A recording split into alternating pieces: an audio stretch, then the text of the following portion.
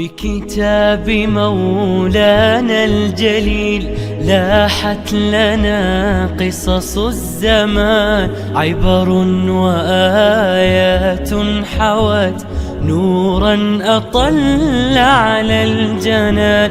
هي سلوة للمؤمنين تلك الحكايا الطاهرات، فيها الأماني سافرات حقا بصدق المعجزات.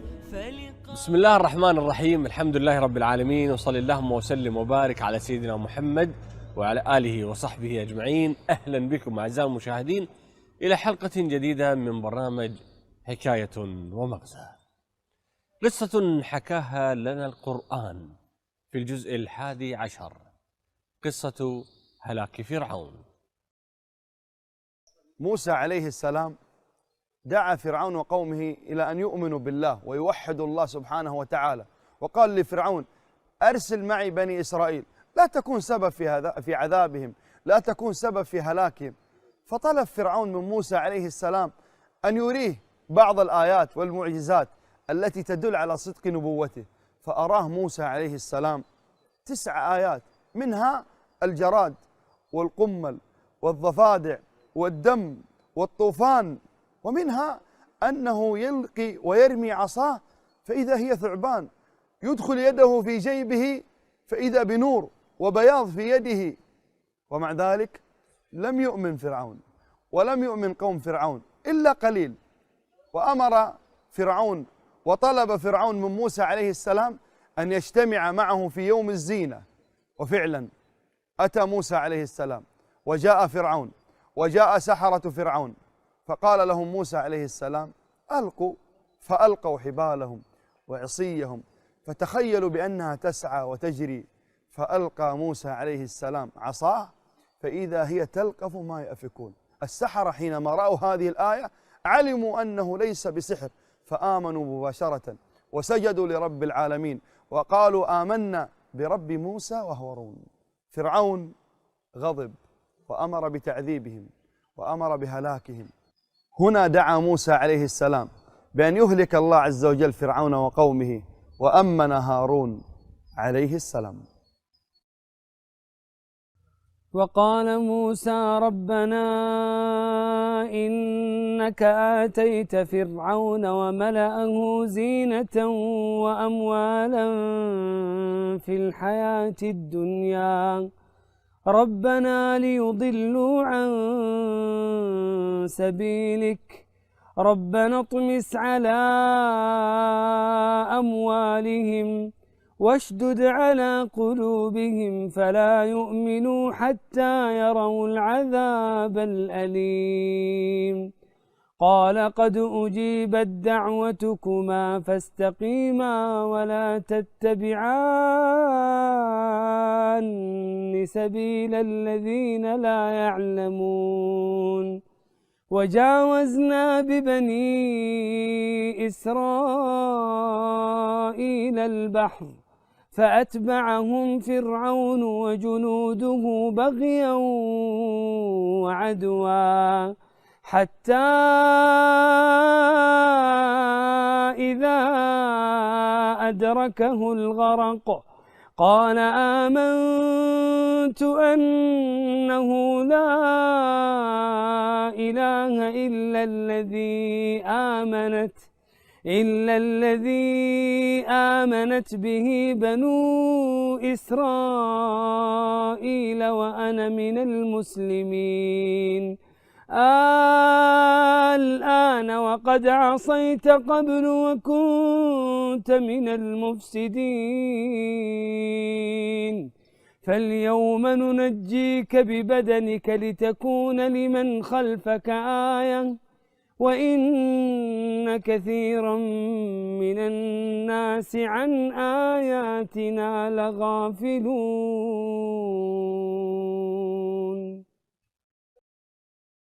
فأمر الله تبارك وتعالى موسى ومعه الثلة المؤمنة أن يخرجوا في الليل، فأسر بعبادي ليلة إنكم متبعون. فأتبعهم فرعون وجنوده فلما وصلوا إلى البحر كان البحر من أمامهم وجند فرعون وفرعون من خلفهم. قال أصحاب موسى إنا لمدركون، فقال موسى كلا إن معي ربي سيهدين. فضرب موسى بعصاه البحر فانفلق وأصبح يابس، فمشوا وهرولوا حتى عبروا هذا البحر إلى الجهة الأخرى، فأتبعوهم فرعون وجنده حتى إذا وصلوا إلى منتصف البحر بأمر الله أعاد الله تبارك وتعالى هذا البحر كما كان ماء لجة، فغرقوا فرعون وجنده. في هذه الأثناء لما غرق فرعون قال آمنت بالذي آمنت به بنو إسرائيل، حتى ما قال آمنت بالله. فقال الله عز وجل الآن وقد عصيت قبل وكنت من المفسدين.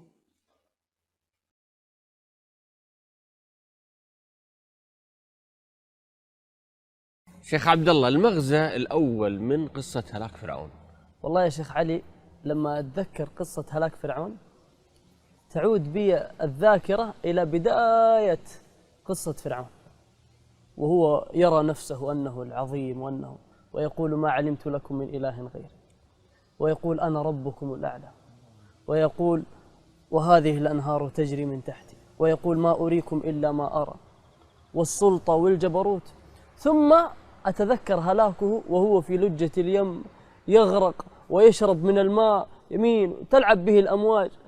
هذا هو الذي يقول أنا ربكم الأعلى.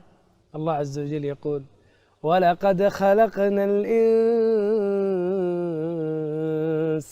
من نطفة فإذا هو خصيم مبين.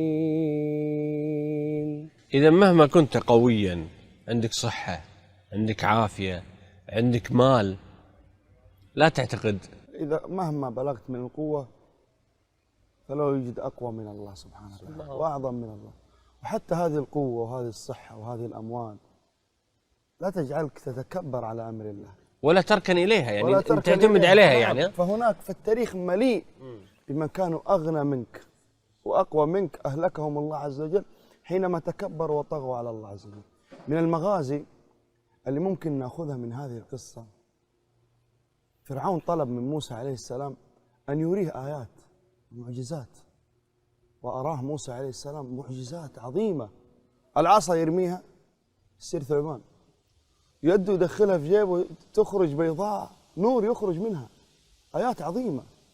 ومع ذلك لم يؤمن فرعون ولم يؤمن قومه، وهذا دليل على أن الهداية من الله سبحانه وتعالى، وأن الحق من أجل أن تراه تحتاج أن يريك الله عز وجل إياه.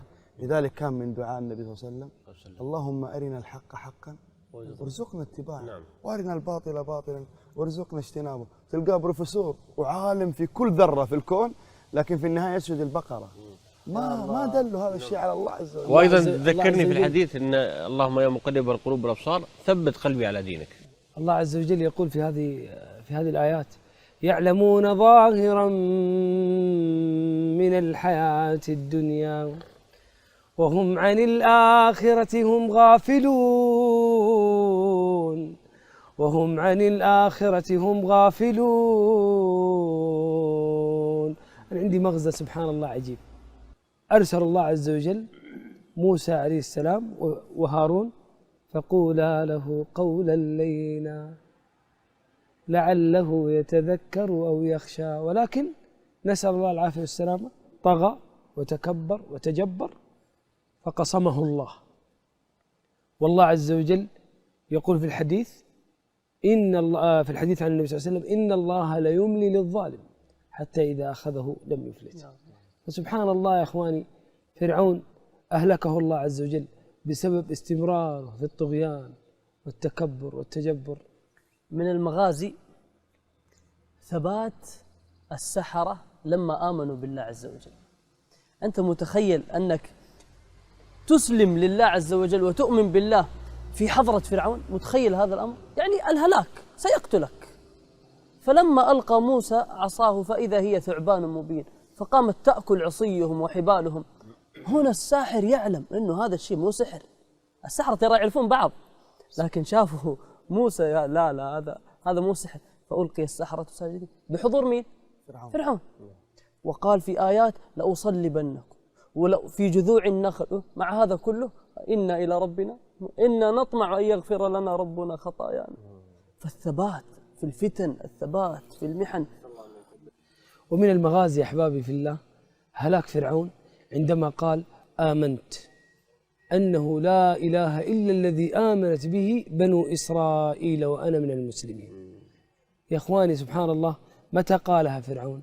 قالها عند لحظات الموت، قالها ولم يستعد لها من قبل. وهذه أحبابي في الله الحسرات والندمات والمقولة التي قالها لا تنفعه، لأنه قالها عند الغرغرة، عند خروج الروح، لا تنفعه هذه التوبة. فمن أجل ذلك يا أخوان يستحب لنا أن نستعد لهذه اللحظات التي أتى إليها فرعون، ونكون فعلا عشنا على لا إله إلا الله ونموت على لا إله إلا الله، ولا نكون مثل فرعون يكفر بلا إله إلا الله، وإذا أتى عند الموت يقول لا إله إلا الله لا يستطيع أن يقولها. نسأل الله أن يثبتنا وإياكم. وآخر مغزى مع أبو تميم. سنين فرعون يطغى ويتكبر ويتجبر، والله سبحانه وتعالى يمهله، ولكن في النهاية كان الهلاك. نحن نرى بعض الطغاة في زماننا هذا قد قتلوا وشردوا وفعلوا الأفاعيل، لكن والله سيأتي يوم وينتقم الله عز وجل منه. نسأل الله لنا ولكم الثبات على طاعته، وأن ينجينا الله وإياكم من أن نكون من أولئك الذين يعني يتكبرون ويتجبرون ويطغون على خلق الله عز وجل.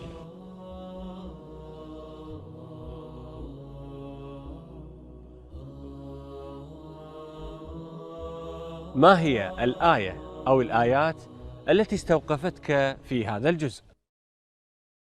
آية استوقفتني أحبابي في هذا الجزء العظيم، الله جل وعلا يقول في كتابه الكريم: ألا إن أولياء الله لا خوف عليهم ولا هم يحزنون الذين آمنوا وكانوا يتقون.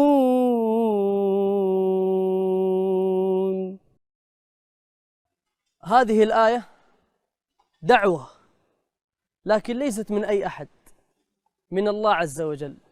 يقول تبارك وتعالى: والله يدعو إلى دار السلام ويهدي من يشاء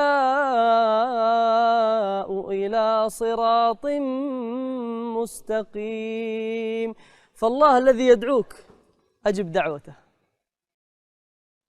في القرآن أتأثر بالآيات التي يمدح فيها الله عز وجل نفسه، وفي هذا الجزء آية أثنى الله عز وجل فيها على نفسه وقال: فذلكم الله ربكم الحق فماذا بعد الحق إلا الضلال فأنى تصرفون.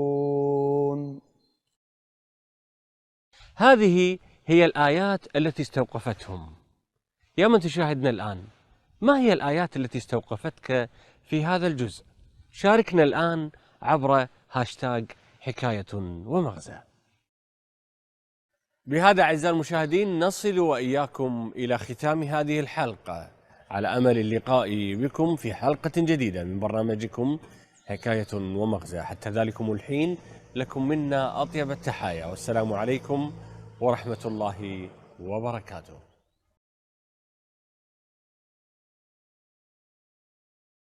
بكتاب مولانا الجليل لاحت لنا قصص الزمان، عبر وآيات حوت نورا أطل على الجنان، هي سلوة للمؤمنين تلك الحكايا